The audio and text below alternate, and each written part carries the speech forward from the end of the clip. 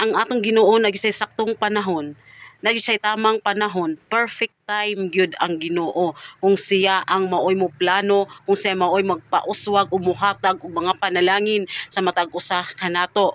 Dili siya langay-langayan, dili pud siya nagdali-dali, saktong panahon lang gyud, perfect time lang gyud kaayo ang tanang mga plano sa Ginoo diri para nato. Kung kita iyang panalangina na ubuan na, pauswagon na sa iyang gipang-andam nga mga blessings nga para sa atoa. Mo nang kita mga igsuon, mapailubon ta nga magpaabot sa mga panalangin kung kanus ata hatagan sa mga blessings sa Ginoo. Kay kada isa nato ana atay mga panahon, panahon na ay pamaagi ang Ginoo nga pwede dili ta magdungan niya hatagan.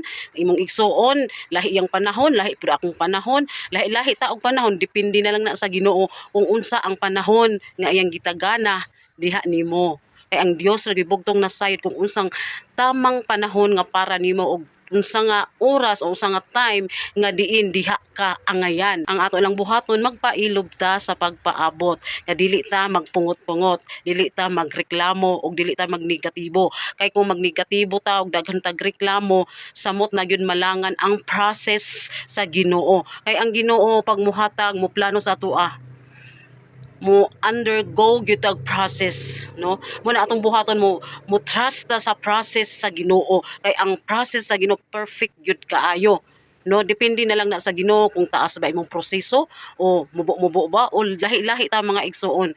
Pwede nga nakabantay ba mo mga igsoon nga ang imuhang igsoon gi-bless na, or ikaw wala pa, or ikaw ang giunag bless ang imong igsoon wala pa. Bot ipasabot ana nga kita lahi-lahi tag panahon, lahi-lahi tag time.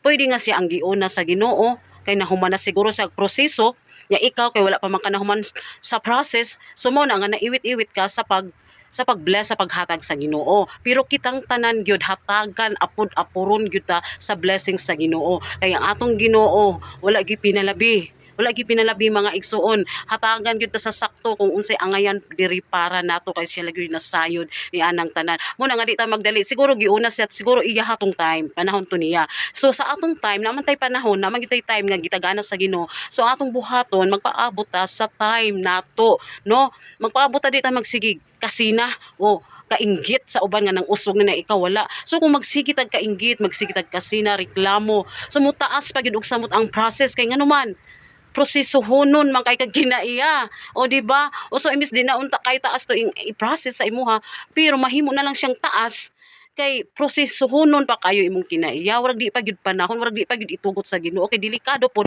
ug iya nang itugot kadto mga panalangin nga imong gusto. Kay basing hinuon nga madisgrasya ka, o basing hinuon mawala ka sa pagpangalagad o makasala baka ka o mugarbo ka. Mao nang ang Ginoo naglantaw gyud, kuan gyud sa nagmonitor gyud, nagcheck gyud sa matag usa kanato nga aron nga maayo gyud ang pagpahiluna sa Ginoo. Kay ang Ginoo bright kay Ginoo, maalamon kaayo, maalamon sa tanang maalam siya ang tag-iya. Una mga igsuon kita para dili malangan ang proseso sa atong kinabuhi, no, sa pag-uswag sa atong mga kinabuhi. Ang atong buhaton magpailob. Dili magnegatibo kay musamot, kun dili positibo. Positibo ta, magpailob ta sa pagpaabot og atong tuuhan nga kana gyud moabot gyud na madugay man og madali, moabot ra gyud na ang mga panalangin.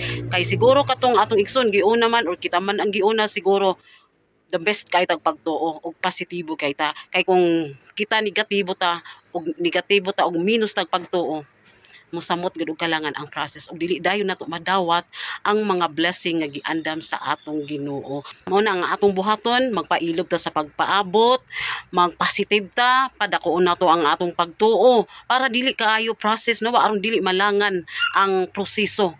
Kay ang Ginoo gyud gusto gud siya nga diha madawat na gyud nato ang kuan, pero kay di man gud siya magic mga igsoon. Nagdepende na sa matag usa ka nato kung angayan na bata, no? Kung daghan tag reklamo, amalangan gyud na mga igsoon. Mo na kita the best gyud ang mapailobon og positibo nga Kristohanon kay aron dali ra gyud niya madawat ang dagkong panalangin nga giandam sa Ginoo. Praise God.